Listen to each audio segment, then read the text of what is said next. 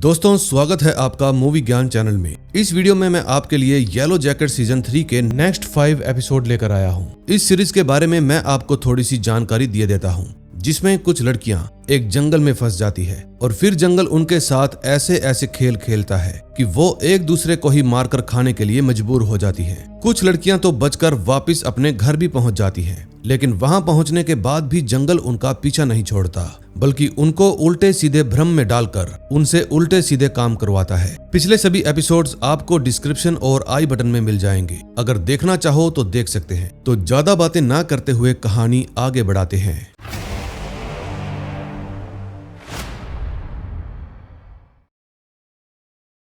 6th episode में हम देखते हैं शॉन रात को देर से घर आती है, इसलिए जेफ शॉन से बहुत ज्यादा नाराज था। फिर जेफ शॉन को कहता है कि अगर तुम कुछ वक्त और घर नहीं आती तो मैं पुलिस को इन्फॉर्म करने वाला था। फिर जेफ की बात सुनकर शॉन उससे माफी मांगती है और बताती है कि लोटी मर गई और किसी ने उसको अपने ही डैड के बेसमेंट में मार डाला। शॉन की बात सुनकर जेफ बहुत ही ज्यादा हैरान रह जाता है। अब उनकी ये बात सैली भी सुन लेती है। फिर वो जल्दी से अपने रूम में जाती है और शॉन को एक टेप देती है। वो अपनी मॉम को कहती है कि ये आपके नाम से एक पार्सल आया था, लेकिन मैंने इसको अपने पास रख लिया। फिर शॉन सैली और जेफ को कहती है कि तुम दोनों अपने कपड़े पैक कर लो, हमें अभी की अभी यहाँ से निकलना होगा क्योंकि कोई हमारी जान के पीछे पड़ा है। दूसरी तरफ मिस्टी एक हॉस्पिटल में जाती है। फिर वो वहाँ पर कार्ल नाम के एक डॉक्टर से मिलती है और उसको डीएनए टेस्टिंग के लिए वो एविडेंस दे देती है जो उसने लोटी के नाखूनों से निकाला था।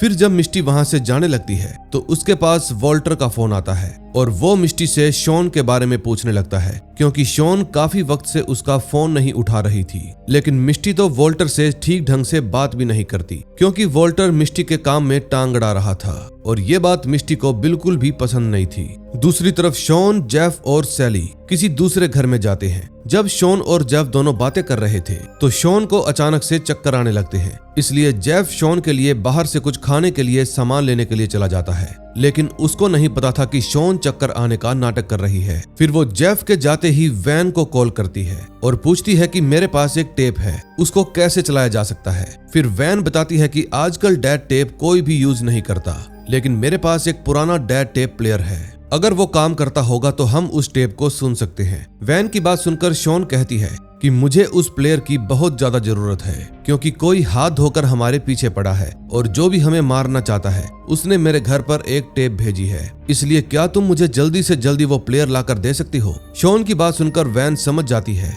कि ये सीरियस मामला है, इसलिए वो प्लेयर लाने के लिए मान जाती है। उस समय टाइसा भी वैन के ही साथ थी, लेकिन टाइसा तो शॉन की बात को बिल्कुल भी सीरियस नहीं लेती। फिर वैन पूछती है क्या तुम्हें ये बात बिल्कुल भी सीरियस नहीं लगती? तुम्हें तो देखकर ये भी लग रहा है कि तुम्हें लोटी की मौत का कोई भी गम नहीं। वैन की बात सुनकर टाइसा थोड़ा इमोशनल हो जाती है और कहती है कि मैंने इन्हीं चीजों के चलते मेरी फैमिली को खो दिया था और तुम्हें भी कैंसर है, मैं तुम्हें भी खोने वाली हूँ और तुम ये बोल रही हो कि मुझे कोई भी फर्क नहीं पड़ता। टाइसा की बात सुनकर वैन भी थोड़ा इमोशनल हो जाती है। अब कहानी पास्ट में जाती है। तभी हम देखते हैं कि नटैली कोच को ब्रेकफास्ट देने के लिए जाती है, लेकिन कोच नटैली को कहता है कि तुम मुझे मार दो, लेकिन नटैली उसको खाना देकर वहां से चली जाती है। अब हर रोज यही सब चलता रहता है। नटैली हर रोज कोच को खाना देने के लिए उसके पास जाती थी और कोच नटैली को खुद को मारने के लिए कहता था। ऐसे ही करते करते दोबारा से सर्दियां आ जाती है, लेकिन कोच तो अभी भी सिर्फ एक ही बात पर अटका था कि मुझे मार दो। अब नटैली उसकी बातों से बहुत ज्यादा तंग आ जाती है। फिर वो जेन के पास जाकर बताती है कि आज के बाद मैं कोच को खाना देने के लिए नहीं जाऊंगी। फिर कोच को ब्रेकफास्ट देने की ड्यूटी मारी की लगा दी जाती है। एक दिन मारी जब कोच को खाना देने के लिए जाती है तो वो देखती है कि कोच ने पिछले कुछ दिनों का खाना खाया ही नहीं, बल्कि उसने अपने पास छुपा रखा है और अब उसके अंदर से बदबू भी आने लगी थी। ये बात मारी बाकी लड़कियों को भी बता देती है। अब क्योंकि बर्फ पड़ने वाली थी, इसलिए लोटी सभी लड़कियों को कहती है कि हमें कुछ न कुछ करके कोच को खाना खिलाना होगा, क्योंकि वो हमारे लिए एक उम्मीद है और हम उनको ऐसे ही मरने नहीं दे सकते। फिर नटैली कोच को संभालने का काम मिस्टी को देती है, क्योंकि उससे बेहतर ये काम कोई भी नहीं कर सकता था। फिर मिस्टी कोच के पास जाती है और उसको खाने के लिए खाना देती है, लेकिन इस बार भी कोच खाना खाने से इनकार कर देता है, क्योंकि कोच तो जीना ही नहीं चाहता था। तभी वहां पर ट्रेविस और बाकी की लड़कियां भी आ जाती है। और फिर वो सभी कोच को पकड़ लेते हैं। फिर वो जबरदस्ती कोच के गले में एक पाइप डाल देते हैं ताकि पाइप के जरिए उसके पेट में कुछ खाने का सामान डाला जा सके। लेकिन उस पाइप की वजह से कोच के पेट में से खून आने लगता है, जिसके कारण सभी लड़कियां रुक जाती हैं। तभी जब नटैली कोच की हालत देखती है तो उसको कोच की हालत देखकर बहुत ज्यादा दुख होता है।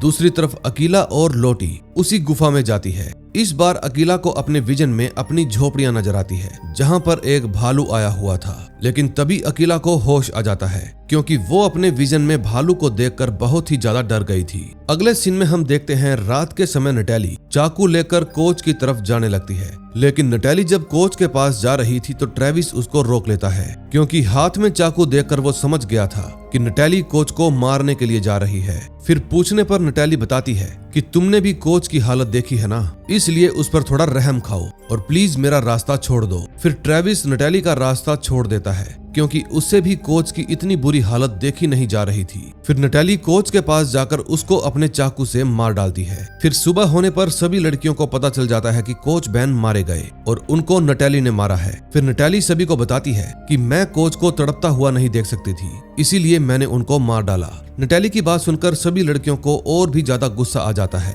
फिर लोटी सभी को कहती है कि अब हमारा पूरा ग्रुप शॉन के कहने पर चलेगा और सभी लड़कियां लोटी की बात मान लेती है। फिर शॉन नटैली को पुनिशमेंट देती है और कहती है कि आज तुम कोच को पकाकर हमारे लिए दावत तैयार करोगी। अब कहानी प्रेजेंट में आती है जहां हम शॉन को देखते हैं। वो जेफ और सैली के साथ बैठी हुई थी, लेकिन तभी उसके पास वैन का फोन आता है और वैन उसको मिलने के लिए बुलाती है क्योंकि उसको डेड टेप प्लेयर मिल गया था। फिर शॉन जब वैन के पास जाने लगती है तो सैली चुपके से अपनी मॉम के बैग में अपना फोन डाल देती है, वो भी वॉइस रिकॉर्डर ऑन करके। फिर शॉन जल्दी ही वैन और टाइसा के पास चली जाती है। फिर जब वैन शॉन से टेप लेकर अपने प्लेयर में डालती है तो उसकी रिकॉर्डिंग सुनकर वो तीनों बहुत ही ज्यादा हैरान हो जाती है क्योंकि उसके अंदर उनकी उस वक्त की रिकॉर्डिंग थी जब वो सभी लड़कियां जंगल में थी।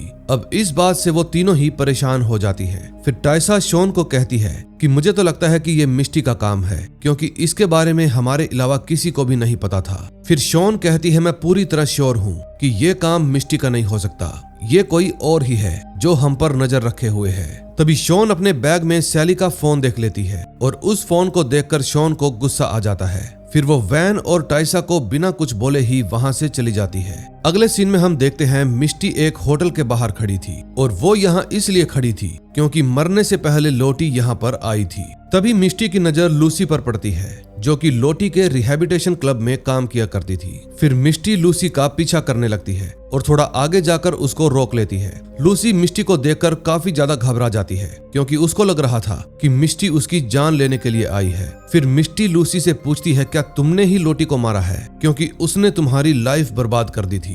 फिर लूसी कहती है हाँ, लोटी ने मेरी जिंदगी बर्बाद कर दी थी, लेकिन इसका मतलब ये नहीं कि मैंने उसको मार डाला। फिर मिस्टी लूसी से पूछती है कि क्या तुम्हें किसी पर शक है। फिर लूसी कहती है मैं तुम्हें कुछ बताना चाहती हूँ, लेकिन हम दोनों खुले में बात करेंगे ताकि तुम मुझे मारने की कोशिश ना करो। फिर लूसी मिस्टी को बताती है कि लोटी के मरने से पहले लोटी मुझे एक कैफे में मिली थी। उस वक्त उसने मुझे $50,000 दिए और कहा कि मैंने तुम्हारे साथ जो कुछ भी किया है उसके लिए मुझे माफ कर दो। लेकिन अजीब बात यह थी कि मैंने उस कैफे के पास टाइसा को भी देखा था। मुझे पूरा यकीन है कि ये काम टाइसा का ही होगा, उसी ने लोटी को मारा होगा। तभी हम टाइसा को देखते हैं जो एकदम हड़बड़ाहट में अपनी नींद से जाग जाती है। उस वक्त वैन भी टाइसा के ही साथ थी। तभी वो गौर करती है कि इस वक्त टाइसा पर उसकी दूसरी पर्सनैलिटी हावी हो चुकी है। लेकिन तभी टाइसा फिर से सो जाती है और अपनी ओरिजिनल पर्सनैलिटी में स्विच हो जाती है। ये सब देखकर वैन को बहुत ही ज्यादा अजीब लगता है। दूसरी तरफ शॉन भी जल्दी से अपने घर वापस आ जाती है और सैली से पूछती है कि आखिर तुम हमारी बातों की रिकॉर्डिंग क्यों करना चाहती थी। मैं तुम्हें किसी भी खतरे में नहीं डालना चाहती, इसलिए मेरे मामलों से दूर रहो। फिर सैली अपनी मॉम को कहती है कि मैं भी जानना चाहती हूँ कि आखिर हमारे साथ हो क्या रहा है। फिर इतना कहने के बाद सैली वहां से चली जाती है। वहां से जाते वक्त सैली देखती है कि उसकी मॉम ने रिकॉर्डिंग डिलीट कर दी थी, लेकिन वो अभी भी रिसाइकल बिन में पड़ी हुई थी। ये देखकर सैली बहुत ज्यादा खुश हो जाती है क्योंकि उसको तो वो मिल गया जो उसको चाहिए था। अब कहानी पास्ट में जाती है। तभी हम देखते हैं नटैली कोच बैन को रात के खाने के लिए काटने की कोशिश कर रही थी, लेकिन उसके लिए ये काम बहुत ही मुश्किल था तभी शॉन वहां पर आती है और कोच के मुंह को कपड़े से ढक देती है और फिर वो नटैली को कहती है कि अब तुम्हें इसको काटने में बिल्कुल भी दिक्कत नहीं आएगी। फिर कुछ ही देर में वो सभी लड़कियां कोच को पकाकर खा जाती हैं। लेकिन तभी लोटी जोर जोर से चिल्लाने लगती है और बाकी की लड़कियां भी लोटी का ही साथ देती हैं। सभी मिलकर बहुत ही जोर जोर से चिल्लाती है। लेकिन ठीक उसी समय लोटी को एक आदमी की परछाई दिखाई देती है। जब वो आदमी अंधेरे से होते हुए उसके करीब आता है तो वो देखते हैं कि ये कोई दूसरा आदमी है जो शहर से आया है। इस आदमी को देखकर सभी लड़कियां बहुत ही ज्यादा हैरान रह जाती है। फिर जैसे ही वो आदमी कोच के कटे हुए सिर को देखता है तो बहुत ही ज्यादा घबरा जाता है। अब नेक्स्ट एपिसोड में देखेंगे क्या होता है। 7th एपिसोड की शुरुआत भी पास्ट से होती है, जहां हम देखते हैं कि एडविन नाम का एक आदमी जंगल में फ्रॉग्स पर रिसर्च करने के लिए आया था। उसके साथ उसकी दोस्त हैना और एक गाइड कोडी भी था। फिर एडविन अपनी आगे की रिसर्च के लिए एक मेंढक को पकड़कर अपने जार में रख लेता है। दरअसल इस मेंढक की खासियत ये थी कि इस प्रजाति के मेंढक के बारे में किसी भी किताब में नहीं लिखा था। ये बिल्कुल नई तरह की प्रजाति थी। फिर हैना उनकी आवाज को भी अपने एक रिकॉर्डर में रिकॉर्ड कर लेती है। फिर रात को वो तीनों एक टेंट में आराम करने लगते हैं। तभी कोडी एडविन और हैना को पीने के लिए एक सिगरेट देता है। तभी थोड़ी देर बातें करने के बाद एडविन उस जंगल से निकलने के लिए इमरजेंसी फोन से फोन करता है, क्योंकि शायद ये तीनों भटक गए थे। लेकिन हैना मस्ती मस्ती में एडविन से वो फोन ले लेती है और ऐसे ही फोन के अलग अलग बटन दबाने लगती है। फिर एडविन हैना को ऐसा ना करने के लिए कहता है, लेकिन हैना उसकी एक भी नहीं सुनती। फिर कोडी भी मस्ती मस्ती में हैना से फोन छीनने लगता है, जिसकी वजह से उस इमरजेंसी फोन का एंटीना टूट जाता है। और ये देखकर एडविन हैना और कोडी पर बहुत ज्यादा गुस्सा करने लगता है, क्योंकि अब वो अपनी हेल्प के लिए इस जंगल में किसी को भी बुला नहीं पाएंगे। एडविन की बात सुनकर कोडी उसको दिलासा देता है कि मैं तुम्हें इस जंगल से बाहर निकाल लूंगा। फिर अगले दिन वो तीनों जंगल में किसी कबीले को ढूंढने लगते हैं ताकि उनकी हेल्प लेकर वो सभी जंगल से बच निकले।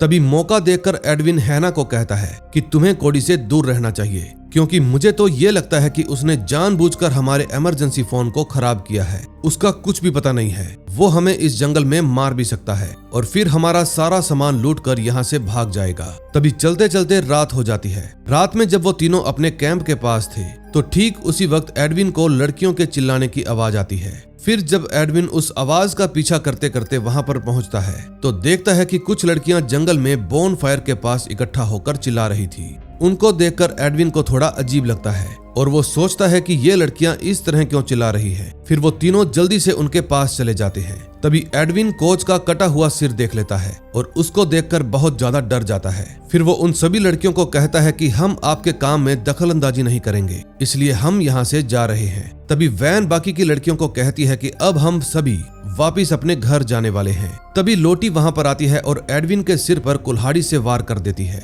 जिसके कारण एडविन की वहीं पर मौत हो जाती है। दरअसल लोटी नहीं चाहती थी कि कोई भी लड़की इस जंगल से बाहर जाए, लेकिन बाकी की लड़कियां इस जंगल से जाना चाहती थी। तभी कोडी और हैना उन लड़कियों के डर से वहां से भागने लगते हैं। उनको भागता हुआ देखकर नटैली सभी लड़कियों को उनका पीछा करने के लिए कहती है, क्योंकि वो दोनों ही उन लड़कियों को इस जंगल से बाहर ले जा सकते थे। फिर वो सभी लड़कियां उन दोनों के पीछे पड़ जाती हैं। वहां से भागते वक्त हैना कोडी को कहती है कि हमें वापस अपने कैंप की तरफ भागना चाहिए, क्योंकि वहां पर इमरजेंसी फोन है। तभी कोडी कहता है कि हम कैंप की तरफ नहीं जा सकते क्योंकि इमरजेंसी फोन खराब है, लेकिन फिर भी हैना कोडी के पीछे भागने के बजाय कैंप की तरफ भागने लगती है। अब उनको अलग अलग भागता हुआ देखकर नटैली और बाकी की लड़कियां भी दो हिस्सों में बढ़ जाती है। अब ट्रेविस कोडी का पीछा करने लगता है और नटैली और शॉन हैना का पीछा करने लगती है। फिर आगे जाकर हैना एक जगह पर जाकर छुप जाती है। उस वक्त हैना के पास एक रिकॉर्डर भी था।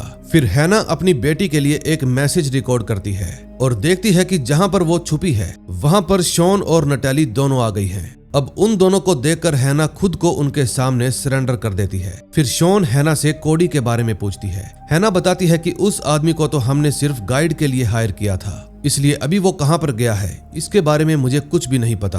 अब कहानी प्रेजेंट में आती है। तभी हम देखते हैं कि शॉन जेफ को कहती है कि मैं किसी काम से बाहर जा रही हूँ, इसलिए तुम सैली का ध्यान रखना, क्योंकि वो बहुत ज्यादा शातिर है और मैं उसको हर तरह के झमेले से दूर रखना चाहती हूँ, क्योंकि इससे उसकी जान को भी खतरा हो सकता है। तभी जब शॉन और जेफ दोनों बातें कर रहे थे तो उस वक्त सैली अपने रूम से अपनी मॉम की बात सुन लेती है। दूसरी तरफ टाइसा और वैन दोनों एक होटल रूम में थी। थोड़ी देर बाद वहां पर मिस्टी भी आ जाती है। फिर वैन मिस्टी को देखकर बहुत ही ज्यादा हैरान हो जाती है, क्योंकि वहां पर आते ही मिस्टी टाइसा को कहती है कि मुझे पता चल गया है कि तुमने ही लोटी को मारा है, क्योंकि जिस दिन लोटी की मौत हुई थी उस दिन तुम लोटी से मिलने के लिए गई थी। मिस्टी की बात सुनकर टाइसा कहती है कि तुम ऐसा कैसे बोल सकती हो, मैं लोटी से सिर्फ मेरी और उसकी कोई पर्सनल बात करने के लिए गई थी, मैंने लोटी को नहीं मारा। फिर टाइसा वैन को भी कहती है कि मैंने लोटी को नहीं मारा, लेकिन मुझे लगता है कि ये काम शॉन का है। जब वो तीनों आपस में बातें कर रहे थे तभी वहां पर शॉन भी आ जाती है। फिर शॉन वहां पर आते ही उन तीनों को बताती है कि मुझे पता चल गया है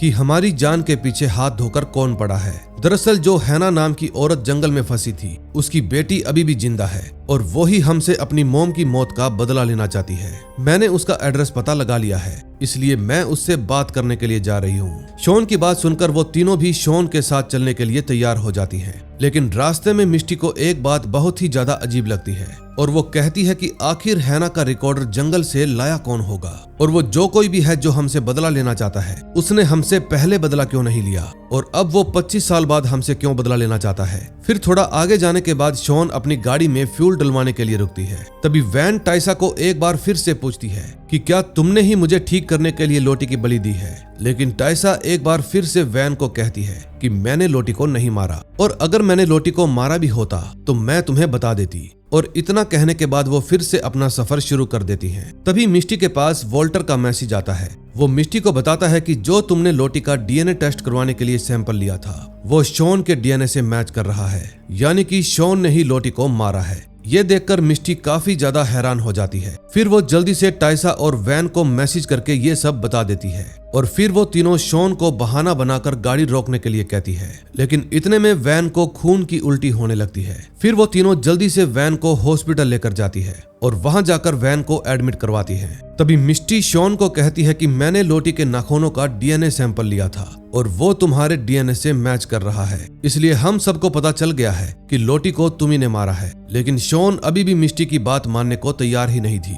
वो मिस्टी को कहती है कि लोटी मेरे घर पर रुकी हुई थी, इसलिए उसके पूरे शरीर पर मेरे ही डीएनए के सैंपल मिलेंगे ना। फिर शॉन खड़ी होकर बाहर चली जाती है। तभी मिस्टी देखती है कि शॉन अकेली ही हैना की बेटी के पास जाने लगती है। दूसरी तरफ वैन जब हॉस्पिटल में एडमिट थी तो उसको अजीब अजीब से विजन होने लगते हैं। कभी उसको अपने बचपन के सीन दिखने लगते हैं तो कभी टाइसा अजीब हालत में दिखाई देती है, जो कि बोल रही थी कि मैं तुम्हें किसी भी हालत में बचा लूंगी। लेकिन वैन ऐसा बिल्कुल भी नहीं चाहती थी। अगले सीन में हम देखते हैं जेफ को सोने में बहुत ज्यादा दिक्कत हो रही थी, क्योंकि उसके कमरे में बहुत ज्यादा कीड़े मकोड़े थे। तभी जेफ के पास उसकी बेटी सैली आती है। वो अपने डैड को बताती है कि जब मॉम वाला प्लेन क्रैश हुआ था तो उसके कुछ वक्त बाद उसी जंगल में 2 फ्रॉग साइंटिस्ट भी पहुंच गए थे, जो कि वहां फ्रॉग्स पर रिसर्च करने के लिए आए थे, और वो दोनों उन्हीं के प्लेन क्रैश के 100 किलोमीटर के एरिया में ही रिसर्च कर रहे थे। और मुझे पूरा यकीन है कि मॉम और उनकी दोस्तों ने ही उन दोनों साइंटिस्ट के साथ कुछ बुरा किया होगा, और कहीं ना कहीं आपको भी ये जरूर लग रहा होगा कि मॉम ऐसा कर सकती है। दूसरी तरफ शॉन हैना की बेटी के घर के बाहर पहुंच जाती है। फिर वो अपना एक चाकू निकालती है। अब शॉन को देखकर ये साफ साफ पता चल रहा था कि वो हैना की बेटी को मारने के लिए आई है। अब कहानी पास्ट में जाती है। तभी हम देखते हैं कि ट्रेविस और अकीला दोनों ही कोड़ी का पीछा कर रहे थे। अब कोड़ी भागते भागते एक खाई में गिरने ही वाला था कि तभी वो एक लकड़ी को पकड़कर खाई में ही लटक जाता है। फिर ट्रेविस कोड़ी को वहां से बाहर निकाल लेता है और कहता है कि हमें भी अपने साथ घर ले चलो। दूसरी तरफ वो सभी लड़कियां हैना को वापस अपनी झोपड़ी के पास ले आती है। तभी हम रात को मेलिसा को देखते हैं, क्योंकि कोडी ने रात को उन लड़कियों से बचने के लिए मेलिसा को शूट कर दिया था, जिसके कारण उसकी बो का तीर अभी भी मेलिसा के शरीर में ही अटका था। फिर जैन उस तीर को पीछे की तरफ से खींचकर बाहर निकालने की कोशिश करती है, लेकिन तीर वहां पर अटक जाता है और हिलने का नाम तक नहीं लेता। फिर जैन उस तीर को आगे की तरफ धक्का देकर बाहर निकालती है, जिसके कारण मेलिसा को बहुत ही ज्यादा दर्द होता है। अब नेक्स्ट एपिसोड में देखेंगे क्या होता है।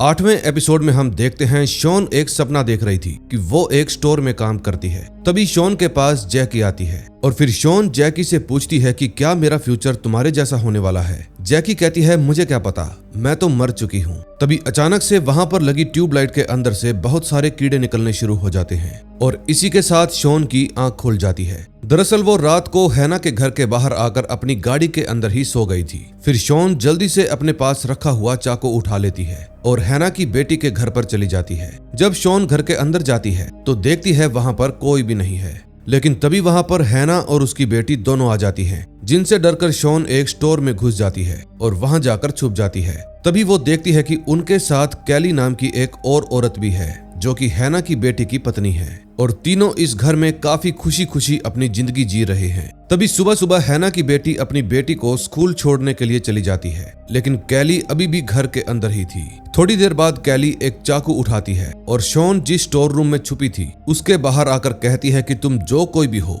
चुपचाप बाहर आकर यहाँ से चली जाओ। फिर शॉन जल्दी से बाहर आ जाती है और कैली को देखकर बहुत ज्यादा हैरान हो जाती है, क्योंकि वो कैली नहीं बल्कि उसकी दोस्त मेलिसा थी, और अभी तक शॉन को यही लग रहा था कि मेलिसा मर चुकी है। फिर शॉन मेलिसा को कहती है कि आखिर तुमने हैना की बेटी से ही शादी कर ली, जिसको हमने मारा था। लेकिन मेलिसा कहती है कि मैं उससे प्यार करती हूँ और हम सभी एक दूसरे के साथ काफी खुश हैं। लेकिन शॉन को तो अभी भी मेलिसा पर विश्वास नहीं था। दूसरी तरफ डॉक्टर टाइसा को बताती है कि वैन की हालत बहुत ही ज्यादा खराब है और अब उसके पास बहुत ही कम वक्त बचा है। डॉक्टर की बात सुनकर टाइसा बौखला जाती है, क्योंकि वो चाहती थी कि वैन जल्दी से ठीक हो जाए। अगले सीन में हम जेफ और सैली को देखते हैं। दोनों एक होटल में बैठे हुए थे। तभी जेफ देखता है कि उसी होटल में जोएल और उसका पार्टनर भी बैठा है, जिनके साथ वो बिजनेस करना चाहता था, लेकिन कुछ वक्त पहले ही शॉन ने उनकी बिजनेस मीटिंग खराब कर दी थी। तभी जेफ जल्दी से अपना मुंह छुपा लेता है, लेकिन जोएल और उसका पार्टनर उसको देख लेते हैं और जेफ को अपने पास बुला लेते हैं। फिर जेफ दोबारा से जोएल और उसके साथी को कहता है कि तुम दोनों को मेरे फर्नीचर खरीदने चाहिए। लेकिन आज जोएल और उसका पार्टनर किसी और के साथ बिजनेस मीटिंग कर रहे थे। जिस आदमी के साथ वो दोनों मीटिंग करने वाले थे, जेफ उसको भी देख लेता है और कहता है कि मैं इस आदमी से कहीं ज्यादा बेहतर हूँ। लेकिन जोएल तो फिर भी जेफ की एक भी बात नहीं सुनता। तभी जेफ के पास मिस्टी का फोन आता है। मिस्टी जेफ को कहती है कि क्या तुम जानते हो शॉन कहाँ पर है, क्योंकि वो हमें हॉस्पिटल में छोड़कर पता नहीं कहाँ चली गई। मिस्टी की बात सुनकर जेफ बहुत ही ज्यादा घबरा जाता है, क्योंकि उसको डर था कि कहीं शॉन इस बार भी हमेशा की तरह कोई बड़ा कबाड़ा ना कर दे। फिर मिस्टी फोन काट देती है। मिस्टी का फोन आने के कारण जेफ बहुत ही ज्यादा घबरा गया था और अब वो शॉन से भी तंग आ चुका है। दूसरी तरफ शॉन मेलिसा को टेप देती है और कहती है कि आखिर तुम मुझे ये सब भेजकर मेरे साथ खिलवाड़ क्यों कर रही हो। टेप देखकर मेलिसा कहती है कि एलेक्स की मॉम ने ये टेप एलेक्स के लिए रिकॉर्ड की थी, लेकिन मैं नहीं चाहती कि ये टेप एलेक्स को मिले, इसलिए इस टेप को मैंने तुम्हारे पास भेज दिया था ताकि मैं एलेक्स को इस टेप से दूर रख सकूं। और मेरा मकसद तुमको डराना नहीं था और ना ही मैं तुम्हें कोई नुकसान पहुंचाना चाहती हूँ। अब कहानी पास्ट में जाती है, जहाँ पर ट्रेविस और अकीला दोनों कोडी के साथ जा रहे थे। दरअसल ट्रेविस अकेला ही कोडी के साथ जंगल से बाहर जाने की कोशिश कर रहा था। तभी अकीला ट्रेविस को कहती है कि हमें बाकी लोगों को भी अपने साथ लेकर जाना चाहिए। अकीला की बात सुनकर ट्रेविस उस पर बहुत ही ज्यादा भड़क जाता है और कहता है कि हम कोडी के साथ इस जंगल से बाहर निकलकर बाकी के लोगों के लिए हेल्प भेज देंगे। अब ये बात सुनकर अकीला ट्रेविस को कुछ भी नहीं कहती, लेकिन जिस रास्ते से वो लोग जा रहे थे वो उस रास्ते पर छोटे छोटे कपड़ों के टुकड़े बांध रही थी, ताकि उनके ग्रुप की कोई भी लड़की इन कपड़ों को देखे तो पीछे पीछे वो भी जंगल से बाहर आ जाए। फिर होता भी ठीक ऐसे ही है। मिस्टी उन कपड़ों को देख लेती है। दूसरी तरफ हैना उन लड़कियों से पूछती है कि आखिरकार तुम सभी इस जंगल में कर क्या रही हो। फिर नटैली बताती है कि हम सभी न्यू जर्सी की सॉकर टीम है। हैना जब ये बात सुनती है तो वो बहुत ज्यादा हैरान हो जाती है और कहती है, हाँ मैंने तुम्हारे प्लेन क्रैश के बारे में न्यूज में सुना था। सरकार ने तुम्हें ढूंढने के लिए काफी सारी टीम भी लगाई थी। तभी मिस्टी भागी भागी अपने ग्रुप के पास आती है और उन सभी को बताती है कि ट्रेविस, अकीला और कोडी तीनों एक रास्ते से होते हुए कहीं जा रहे हैं। मुझे लगता है कि जरूर वो इस जंगल से बाहर जा रहे होंगे। फिर मिस्टी भी उन सभी लड़कियों को अपने साथ लेकर जाती है ताकि वो कोडी को पकड़कर वापस अपने कैंप में ला सके। फिर वहां से जाते वक्त शॉन टाइसा को वहीं पर रहकर हैना और लोटी का ध्यान रखने के लिए कहती है। फिर वो सभी जल्दी से जाकर कोडी को पकड़ लेते हैं और वापस अपने कैंप में लेकर आते हैं। कैंप में आने के बाद शॉन ट्रेविस और अकीला से पूछती है कि तुम लोग हमें अकेले छोड़कर क्यों जा रहे थे। फिर ट्रेविस कहता है कि हमने सोचा था कि 2 लोग जल्दी जाकर बाकी लोगों के लिए हेल्प ला सकते हैं। शॉन भी ट्रेविस और अकीला की बात मान लेती है, जिसके बाद नटैली कोडी से पूछती है कि क्या तुम हमें इस जंगल से बाहर निकाल सकते हो। नटैली की बात सुनकर कोडी कहता है, हाँ मैं तुम्हें इस जंगल से बाहर निकाल सकता हूँ और इस जंगल को पार करने में हमें पूरे 6 दिन लगने वाले हैं। ये बात सुनकर वो लड़कियां बहुत ही ज्यादा खुश हो जाती है। फिर नटैली सभी लड़कियों को अपना सामान पैक करने के लिए कहती है, जिसके बाद सभी लड़कियां अपना खाने पीने का सामान पैक करने लगती हैं। अब वो सभी वापस अपने घर जाने के लिए बहुत ही ज्यादा एक्साइटेड थी, लेकिन उन सभी को ये भी डर था कि कहीं कोडी और हैना वापस जाकर उनके बारे में कुछ बता ना दे। फिर कोडी और हैना उनको विश्वास दिलाते हैं कि हमने यहाँ पर जो कुछ भी देखा है उसके बारे में किसी को कुछ नहीं बताएंगे। अब कहानी प्रेजेंट में आती है। तभी हम देखते हैं कि टाइसा एक हॉस्पिटल के रूम के बाहर खड़ी थी और उस रूम के अंदर एक बूढ़ा आदमी था। रिपोर्ट्स के मुताबिक उस आदमी के पास बहुत कम वक्त बचा है। दरअसल टाइसा का प्लान था कि वो उस जंगल की ब्लैक पावर को इस्तेमाल करके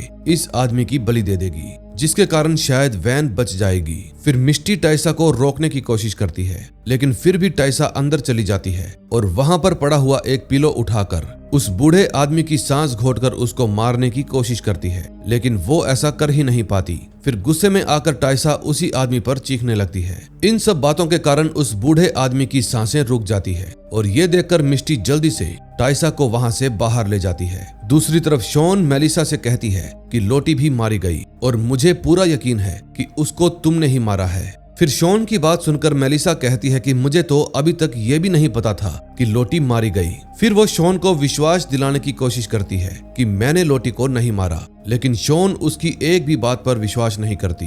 अगले सीन में हम जेफ और सैली को देखते हैं। वो दोनों ही शॉन को फोन करने की कोशिश कर रहे थे, लेकिन शॉन तो उनका फोन पिक ही नहीं करती। ये देखकर जेफ और भी ज्यादा परेशान हो जाता है। फिर सैली अपने डैड को बताती है कि कोई तो मॉम का पीछा कर रहा था। सैली की ये बात सुनकर जेफ और भी ज्यादा परेशान हो जाता है। दूसरी तरफ टाइसा वैन के हॉस्पिटल रूम के बाहर खड़ी थी और बस वैन को घुरे जा रही थी, क्योंकि उसको अंदर अपने ही जैसे दिखने वाली एक औरत दिखाई दे रही थी। फिर टाइसा उससे भीख मांगने लगती है कि प्लीज तुम मुझे वैन से बस एक बार मिला दो, लेकिन लाख बार गिड़गिड़ाने पर भी दूसरी टाइसा पर कोई असर नहीं पड़ता।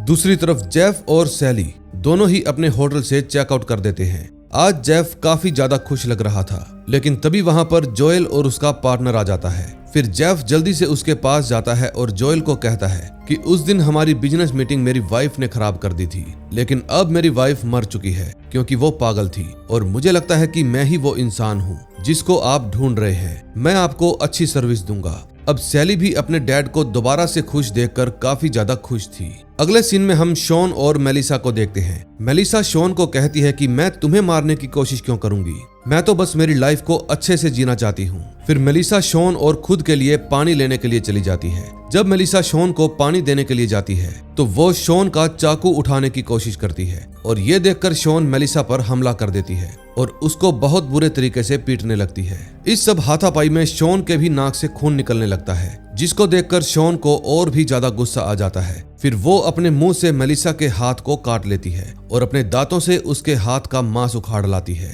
अब मेलिसा को बहुत ही ज्यादा दर्द हो रहा था। फिर शॉन मेलिसा को अपना ही मांस खाने के लिए कहती है। शॉन की ऐसी हरकत को देखकर मेलिसा शॉन को कहती है कि तुम पागल हो गई हो। अब कहानी फिर से पास्ट में जाती है, जहां सभी लड़कियां अपना सारा सामान पैक करके उस जंगल से जाने की कोशिश कर रही थी, लेकिन लोटी बाकी लड़कियों के साथ जाने से साफ साफ इनकार कर देती है। वो सभी लड़कियों को कहती है कि अब वो हमारा घर नहीं है क्योंकि हम यहाँ के बन गए हैं। लोटी की बात सुनकर नटैली को गुस्सा आ जाता है। फिर वो लोटी को कहती है कि हमारे साथ जाना है या नहीं ये तुम्हारी मर्जी है, लेकिन हम सब जा रहे हैं। फिर जैसे ही वो सभी वहां से जाने लगते हैं तो ठीक उसी वक्त शॉन भी उसके साथ जाने से इनकार कर देती है। यह देखकर नटैली को और भी ज्यादा गुस्सा आ जाता है, लेकिन तभी टाइसा भी उनके साथ जाने से मना कर देती है। वो सभी को कहती है कि मुझे यहाँ पर कुछ महसूस होता है जो मुझे यहाँ पर रहने पर मजबूर कर रहा है। तभी ट्रेविस बोल पड़ता है कि जिस किसी को भी यहाँ पर रहना है वो यहाँ रह सकता है और जिसको हमारे साथ चलना है वो हमारे साथ चल सकता है। इतना कहने के बाद ट्रेविस और बाकी के लोग वहां से जाने लगते हैं, लेकिन पीछे से शॉन उनको आवाज लगाकर रोक लेती है और धमकी भरी आवाज में कहती है कि यहाँ से कोई नहीं जाएगा। अब नेक्स्ट एपिसोड में देखेंगे क्या होता है। 9th एपिसोड में हम देखते हैं वैन सपना देख रही थी और सपने में वो खुद का ही बचपन देख रही थी। तभी वो देखती है कि छोटी वैन उसको किसी क्रॉस के निशान के बारे में बताती है और कहती है कि टाइसा तुमको उस क्रॉस के पास लेकर जाएगी। तभी उसको होश आ जाता है और वो देखती है कि टाइसा उसके सामने बैठी है। अब टाइसा तो बिल्कुल ही हिम्मत हार चुकी थी कि वो कभी वैन से दोबारा बात कर पाएगी या नहीं, लेकिन फिर वो वैन को देखकर बहुत ज्यादा खुश हो जाती है। फिर वैन टाइसा को जल्दी से इस हॉस्पिटल से चलने के लिए कहती है। दूसरी तरफ शॉन ने मेलिसा को दबोच रखा था और वो मेलिसा को उसका खुद का मांस खिला देती है, लेकिन फिर मेलिसा उसको चबाकर शॉन के ही मुंह पर थूक देती है। जैसे ही मेलिसा शॉन के मुंह पर थूकती है तो उसके कुछ टुकड़े शॉन की आंख में चले जाते हैं, जिसके कारण शॉन कुछ वक्त के लिए मेलिसा को छोड़ देती है। फिर मौका मिलते ही मेलिसा शॉन से बचकर भागने की कोशिश करती है। फिर शॉन भी मेलिसा को रोकने की कोशिश करती है, लेकिन मेलिसा उसके हाथ से निकल जाती है और जल्दी से अपनी गाड़ी लेकर अपने घर चली जाती है। दूसरी तरफ टाइसा, वैन और मिस्टी तीनों शॉन को ढूंढने के लिए जा रही थी। तभी मिस्टी रास्ते में मेलिसा को देख लेती है, जिसकी गाड़ी का फ्यूल खत्म हो गया था। अब जैसे ही मेलिसा उन तीनों को देखती है तो उसको लगता है कि ये तीनों उसको मारने के लिए ही आ रही है, इसलिए मेलिसा उनसे डरकर भागने लगती है। लेकिन टाइसा जल्दी से जाकर मेलिसा को पकड़ लेती है। फिर वो तीनों मेलिसा को अपनी गाड़ी में बिठा लेती है। उन तीनों को बिल्कुल भी यकीन नहीं हो रहा था कि मेलिसा अभी भी जिंदा है, क्योंकि वो तीनों उसके फ्यूनरल पर गई थी। फिर मेलिसा उनको बताती है कि शॉन पागल हो गई है, उसने मुझे मेरा खुद का मांस खिला दिया। फिर वो तीनों ही मेलिसा को वापस से घर ले जाती है। शॉन मेलिसा को देखकर काफी ज्यादा खुश थी, क्योंकि उसको लग रहा था कि शायद अब वो चारों मिलकर मेलिसा को मार डालेंगे। लेकिन तभी टाइसा शॉन को रोक लेती है और कहती है कि हम ऐसे ही किसी पर शक नहीं कर सकते। तभी मिस्टी शॉन को कहती है कि मुझे पूरा यकीन है कि लोटी को तुम ही ने मारा है, क्योंकि लोटी की मौत वाले दिन तुम भी उसी के शहर में थी। मिस्टी की बात सुनकर शॉन उसको कहती है कि मैं वहां पर जेफ के लिए बिल्ली लेने के लिए गई थी, क्योंकि जेफ उस बिल्ली को किसी को डोनेट करना चाहता था ताकि वो कुछ अच्छे कर्म कर सके। लेकिन उस वक्त कोई भी शॉन की बेतुकी बात पर विश्वास नहीं करता। फिर मिस्टी वहां से चली जाती है और जाते वक्त शॉन को कहती है कि मुझे पता है कि तुम्ही ने लोटी को मारा है और मैं तुम्हारा पर्दाफाश करके ही रहूंगी। अब कहानी पास्ट में जाती है। नटैली शॉन को कहती है कि तुम हमारे साथ नहीं जाना चाहती तो मत जाओ, लेकिन हमें तो जाने दो। लेकिन शॉन किसी को भी इस जंगल से जाने नहीं देना चाहती थी। तभी ट्रेविस शॉन को कहता है कि तुम हमें इस नर्क में रोक कर नहीं रख सकती, लेकिन शॉन उसकी बात को नजरअंदाज कर देती है। फिर उन सभी में बहस हो जाती है और उन सभी को लड़ता हुआ देखकर कोडी शॉन को कहता है कि मैं तो यहाँ से जा रहा हूँ। कोडी की बात सुनकर शॉन उसको गन पॉइंट पर ले लेती है और फिर वो कोडी और हैना को अपने जानवरों के केज में बंद कर देती है और गन को अपने ही पास रख लेती है। तभी हम ट्रेविस को देखते हैं। उसने जंगल में एक बड़ा सा गड्ढा बना रखा था, जिसके अंदर उसने बहुत सारी नुकीली लकड़ियां लगा रखी थी और उसने ये गड्ढा लोटी के लिए बनाया था ताकि वो उसको मारकर इस जंगल से निकल जाए, क्योंकि लोटी ही बाकी की लड़कियों को उस जंगल से ना जाने के लिए भड़का रही थी। फिर ट्रेविस लोटी के पास जाता है और लोटी को झूठ कह देता है कि मुझे इस जंगल में कुछ महसूस हो रहा है, इसलिए तुम मेरे साथ चलो। लोटी भी ट्रेविस के साथ चली जाती है। दूसरी तरफ नटैली बाकी लड़कियों के साथ मिलकर शॉन से गन छीनने का प्लान बनाती है, क्योंकि जब तक उसके पास गन रहेगी वो सब कुछ भी नहीं कर सकते। तभी मिस्टी देखती है कि वैन बैग लेकर कहीं जा रही है, इसलिए वो उसका पीछा करना शुरू कर देती है। वो वैन का पीछा करते हुए एक जगह पर पहुंच जाती है जहां पर वैन ने हैना के इमरजेंसी फोन को छुपाया हुआ था। उसको देखकर मिस्टी काफी ज्यादा हैरान हो जाती है। तभी वो देखती है कि उस इमरजेंसी फोन का एंटीना खराब है, जिसकी वजह से हेल्प बुलाना पॉसिबल ही नहीं। अब कहानी प्रेजेंट में आती है। तभी हम देखते हैं कि टाइसा मेलिसा के हाथ रस्सी से बांध देती है ताकि मेलिसा वहां से भागने की कोशिश ना करे।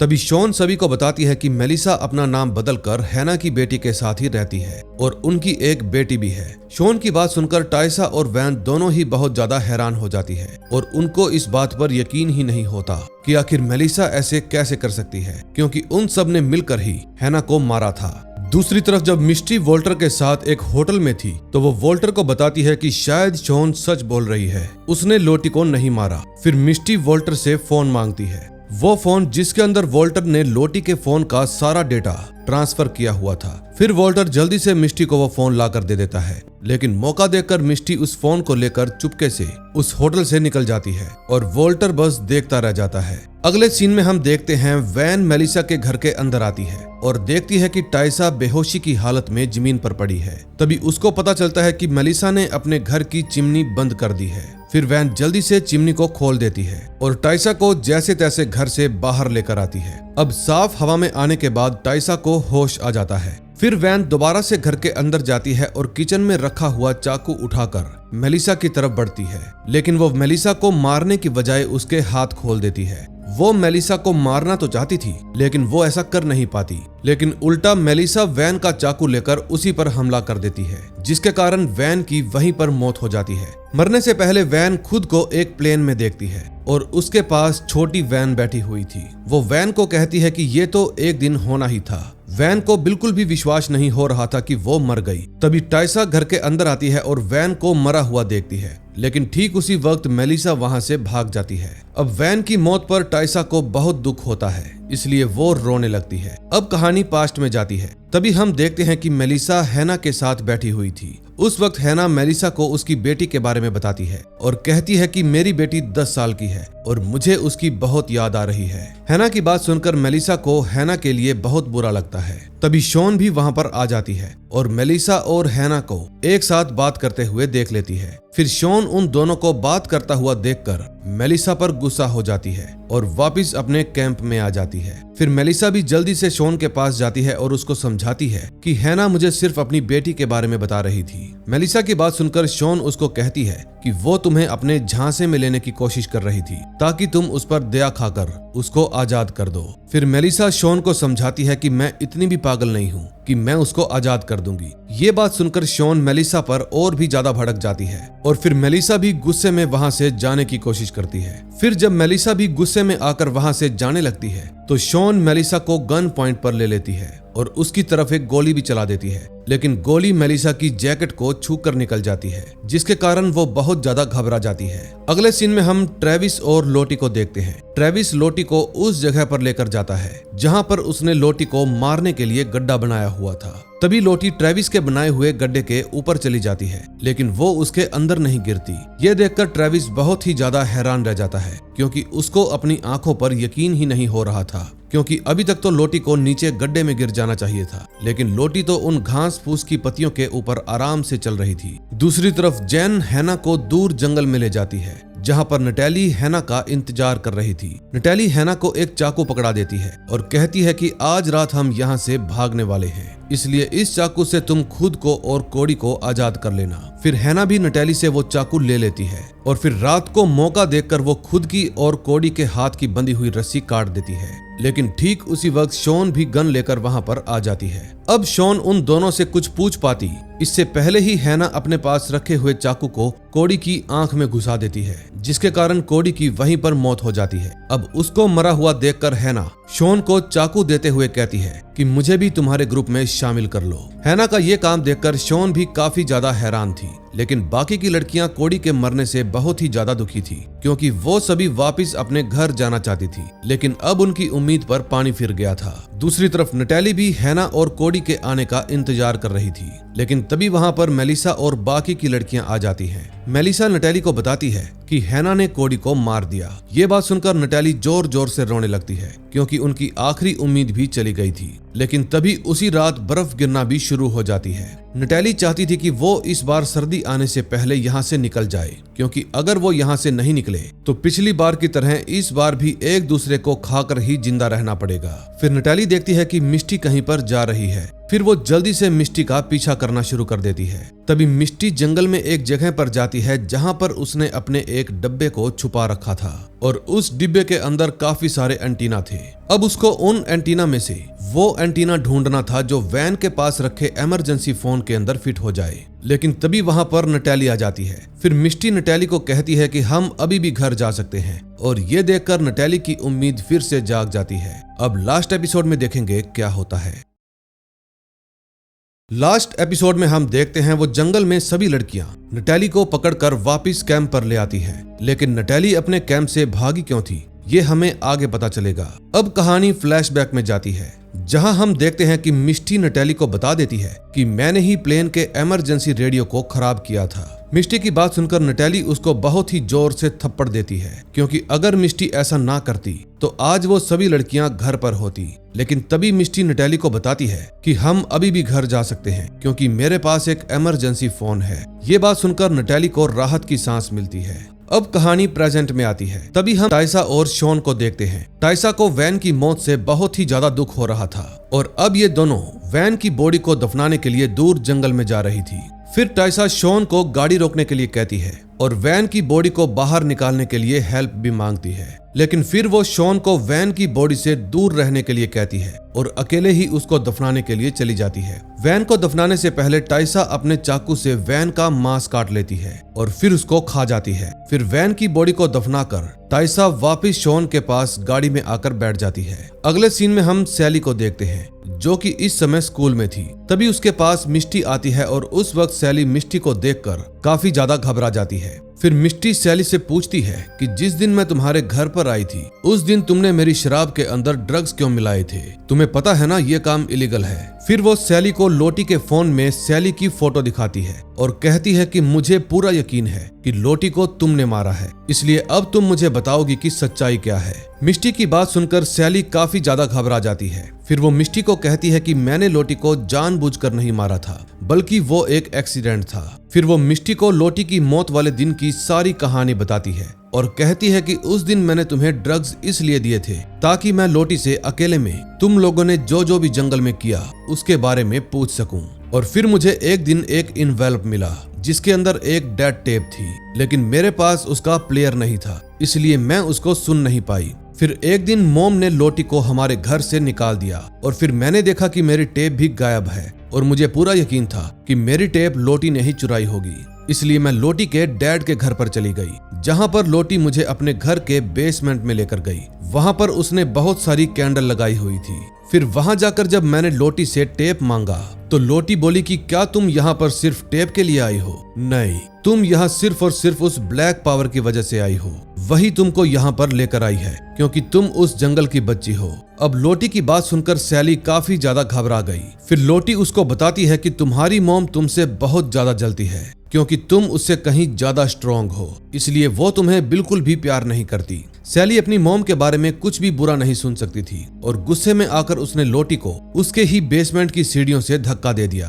फिर बाद में सैली को इस बात के लिए दुख भी महसूस होता है कि आखिर उसने ये क्या कर दिया, लेकिन वो जल्दी से अपनी टेप लेकर सैली के घर से निकल जाती है। फिर वो सीधा अपने डैड के पास जाती है और अपने डैड को सारी बात बता देती है और रोने लगती है। फिर वो रोते हुए कहती है कि मैं बिल्कुल अपनी मॉम की तरह हर एक चीज में गड़बड़ कर देती हूँ। सैली को ऐसे रोता हुआ देखकर जेफ उसको चुप करवाता है और कहता है कि मैं तुम्हें बचपन से ही देख रहा हूँ, तुम अपनी मॉम के जैसी नहीं हो। ये मेरी ही गलती है कि मैं तुम्हें मॉम से दूर नहीं रख पाया। अब कहानी पास्ट में जाती है जहाँ पर पूरा जंगल बर्फ से ढक गया था। फिर एक दिन अकीला जब अपने जानवरों के बाड़े में जाती है तो वो देखती है कि उसके सारे जानवर मर गए हैं। ये देखकर अकीला जोर जोर से रोने लगती है। फिर अकीला की रोने की आवाज सुनकर सभी लड़कियां जल्दी से बाड़े में पहुंच जाती है। फिर लोटी सभी को बताती है कि अब इस जंगल की ब्लैक पावर को लगता है कि हम सभी लड़कियां बहुत ज्यादा घमंडी हो गई है, इसलिए हमें फिर से इस जंगल को किसी की बलि देनी पड़ेगी। लेकिन नटैली लोटी की इस बात से बिल्कुल भी सहमत नहीं थी क्योंकि उन्होंने पहले भी इस जंगल के लिए अपने बहुत सारे दोस्तों की बलि दे दी थी। फिर जब नटैली वहां से जाने लगती है तो शॉन उसको रोकने की कोशिश करती है और नटैली रुक जाती है। दरअसल इस वक्त तक शॉन का खौफ लड़कियों के अंदर बहुत ज्यादा बढ़ गया था। कोई भी लड़की शॉन के सामने बोलने की हिम्मत तक नहीं करती थी। फिर वो सभी लड़कियां मिलकर कार्ड गेम खेलती है। गेम के मुताबिक उन सभी लड़कियों को एक एक करके कार्ड उठाना था और जिसके पास भी क्वीन आएगी उस लड़की की बलि दे दी जाएगी। हर बार की तरह कार्ड को शफल करने का काम वैन का था और वैन और टाइसा ने कल ही प्लान बना लिया था कि इस बार वो क्वीन का पता हैना को देगी ताकि उनकी दोस्तों को कुछ भी ना हो। लेकिन कार्ड उठाते वक्त शॉन उनकी चाल को समझ जाती है, इसलिए वो अपनी जगह छोड़कर मारी के पास जाकर खड़ी हो जाती है। ये सब देखकर वैन और टाइसा समझ जाती है कि उनको क्वीन का पता मारी को देना है। अब वो शॉन के सामने कुछ बोल नहीं पाती थी, इसलिए जैसे ही मारी की बारी आती है तो वो उस क्वीन वाला पत्ता मारी को दे देती है। फिर जैसे ही मारी का कार्ड निकलता है लोटी गिनती गिनना शुरू कर देती है और मारी जल्दी से जंगल की तरफ भाग जाती है। फिर जैसे ही लोटी की 30 तक की गिनती खत्म होती है सभी लड़कियां मारी को पकड़ने के लिए जंगल में चली जाती है। अब कहानी प्रेजेंट में आती है। शॉन अपने होटल रूम में आती है तो देखती है कि रूम में कोई भी नहीं है। फिर वो सैली को फोन करने की कोशिश करती है लेकिन सैली का फोन स्विच ऑफ बता रहा था। फिर शॉन मिष्टी के घर पर जाती है और मिष्टी को कहती है कि आखिर तुमने मेरी फैमिली के साथ क्या किया। शॉन की बात सुनकर मिष्टी कहती है कि मैंने कुछ भी नहीं किया, लेकिन मैं तुमको कुछ बताना चाहती हूँ। फिर वो बता देती है कि सैली ने ही लोटी को मारा है और उसने ये बात खुद हमें बताई है। मिष्टी की बात सुनकर शॉन बहुत ज्यादा हैरान रह जाती है और सोचने लगती है कि सैली ने ऐसा क्यों किया। दूसरी तरफ टाइसा एक रेस्टोरेंट में मिष्टी के साथ बैठी थी। वो मिष्टी को कहती है कि वैन और नटैली की मौत का कारण सिर्फ और सिर्फ शॉन है। मुझे तो लगता है कि वो हम सभी को मारकर अकेली जिंदा रहना चाहती है और मिष्टी का भी यही सोचना था। तभी जब मिष्टी और टाइसा रेस्टोरेंट में बैठकर आपस में बातें कर रहे थे तो उस समय वॉल्टर भी उन दोनों पर नजर रखे हुए था। अब कहानी पास्ट में जाती है जहां वो सभी लड़कियां जंगल में मारी को ढूंढ रही थी। दूसरी तरफ जंगल में मारी अपने कपड़े उतारकर एक जगह पर टांग देती है ताकि वो सभी लड़कियां उससे डिस्ट्रैक्ट हो जाए और ठीक वैसे ही होता है। शॉन को दूर से मारी की जैकेट नजर आती है। जब वो उसके पास जाती है तो वहां पर मारी थी ही नहीं, बस उसके कपड़े थे। ये सब देखकर शॉन दोबारा से मारी की खोज शुरू कर देती है। तभी नटैली चुपके से एक जगह पर जाती है जहां उसने अपना इमरजेंसी फोन छुपाया हुआ था। उस वक्त एक और लड़की भी नटैली को उस इमरजेंसी फोन को निकालते हुए देख लेती है और फिर वो उसका पीछा करने लगती है। लेकिन पीछा करते वक्त नटैली उस लड़की को दबोच लेती है और पूछने पर उसको पता चलता है कि ये कोई और नहीं बल्कि हैना है। नटैली हैना को मारने ही वाली थी कि तभी हैना नटैली को कहती है कि मैं शॉन के साथ नहीं बल्कि तुम्हारे साथ हूँ और मैं भी अपने घर जाना चाहती हूँ और उस दिन अगर मैं कोडी को नहीं मारती तो शॉन हम दोनों को मार देती। हैना की बात सुनकर नटैली उसको छोड़ देती है और खुद उस इमरजेंसी फोन को लेकर कहीं और जाने लगती है। दूसरी तरफ अकीला किसी लड़की के पैरों के निशान का पीछा करते हुए उसी गुफा के अंदर चली जाती है जहां पर कोच रुका हुआ था। जब अकीला अंदर जाती है तो उसको वहां पर लोटी मिल जाती है और फिर उन दोनों की बातों से हमें ये पता चलता है कि लोटी ने ही अकीला को अपने सारे जानवर मारने के लिए कहा था ताकि वो लड़कियों को किसी और की बलि देने के लिए मना सके, क्योंकि अगर उसने ऐसे ही किसी को बलि देने के लिए कहा तो वो सभी लड़कियां ऐसा करने से साफ साफ इनकार कर देंगी। लेकिन अब अकीला को खुद लग रहा था कि उसने लोटी की बात मानकर बहुत बड़ी गलती कर दी। फिर वो लोटी को मारने के लिए एक पत्थर उठा लेती है, लेकिन लोटी अकीला को कहती है कि चाहे हम घर चले जाएं, लेकिन फिर भी इस जंगल की ब्लैक पावर जिंदगी भर हमारे साथ ही रहने वाली है। लोटी की ये बात सुनकर अकीला वहीं पर रुक जाती है और उसकी जान बख्श देती है। अब कहानी प्रेजेंट में आती है। तभी हम देखते हैं कि शॉन जब ड्रिंक कर रही थी तो उसको अपने रेफ्रिजरेटर के नीचे एक लेटर मिलता है। फिर वो उस लेटर को खोल कर देखती है और उसको पता चलता है कि ये लेटर मेलिसा ने उस टेप के साथ भेजा था। लेकिन जब सैली ने उस इन्वेलप में से टेप को बाहर निकाला तो हड़बड़ाहट में ये लेटर यहीं पर गिर गया। फिर शॉन जब उस लेटर को पढ़ती है तो उसके अंदर मेलिसा ने इस टेप के बारे में साफ साफ लिखा हुआ था कि मैं ये टेप तुम्हें नुकसान पहुंचाने के मकसद से नहीं भेज रही, बल्कि मैं इससे अपना पीछा छुड़वाना चाहती हूँ। उस लेटर को पढ़कर शॉन को अपने ऊपर बहुत गुस्सा आता है क्योंकि उसने अपनी बेवकूफियों के चलते बहुत सारे लोगों को बेवजह ही मार दिया। अब कहानी पास्ट में जाती है। तभी हम देखते हैं कि मारी भागती भागती एक गड्ढे में गिर जाती है और उस गड्ढे में बहुत सारी नुकीली लकड़ियां लगी हुई थी जिनके कारण मारी की वहीं पर मौत हो जाती है। अब इस बार जंगल की ब्लैक पावर ने बलि के लिए खुद अपना शिकार चुन लिया था, लेकिन वैन अपनी दोस्त मारी की मौत से बहुत ही ज्यादा दुखी हो जाती है क्योंकि उन्होंने उसे बचाने की बहुत कोशिश की थी। फिर शॉन सभी लड़कियों को कहती है कि मारी को इस गड्ढे से बाहर निकालो क्योंकि अब यही रात को हमारे पेट की आग बुझाएगी। और फिर वो मारी की बॉडी को काटने का काम नटैली को दे देती है और ये वही सीन है जो हमने सीजन 1 की शुरुआत में देखा था। फिर वो सभी लड़कियां मारी को पकाकर खा जाती हैं। फिर अगले दिन शॉन नटैली के पास जाती है और उससे बात करने की कोशिश करती है, लेकिन नटैली उसकी एक भी बात का जवाब नहीं देती। फिर जैसे ही शॉन नटैली के मुंह के आगे से वो कपड़ा हटाती है तो वो देखती है कि ये नटैली नहीं बल्कि हैना है। फिर शॉन हैना को देखकर जोर जोर से चिल्लाने लगती है कि आखिरकार नटैली कहाँ गई, लेकिन कोई भी लड़की शॉन को कुछ भी नहीं बताती। उस समय मिष्टी स्माइल कर रही थी, यानी कि उसको पता था कि नटैली इस वक्त कहाँ पर है। तभी हम देखते हैं कि नटैली इस वक्त एक पहाड़ की चोटी पर खड़ी है और उसके पास वो इमरजेंसी फोन भी है। फिर नटैली जल्दी से फोन के बॉक्स को खोलकर उसके अंदर नया ट्रांसमीटर लगा देती है जिसके कारण उसके फोन में सिग्नल आ जाता है। फिर वो जल्दी से हेल्प बुलाने के लिए फोन करती है और सामने से एक आदमी की आवाज आती है कि तुम इस वक्त कहां पर हो। और इसी के साथ सीजन 3 का एंड हो जाता है। दोस्तों, अगर आपने इसके तीनों सीजन देखे हैं तो जरूर आप इसका 4th सीजन भी देखना चाहोगे और मैं वादा करता हूं जैसे ही इसका 4th सीजन आया मैं उसको लेकर आप लोगों के लिए हाजिर हो जाऊंगा। अगर आपको ये सीरीज अच्छी लगी हो तो अपने दोस्तों को भी इसके बारे में बताना और ये वीडियो शेयर करना। हम मिलेंगे ऐसी ही और मजेदार वीडियो के साथ। Till then bye bye.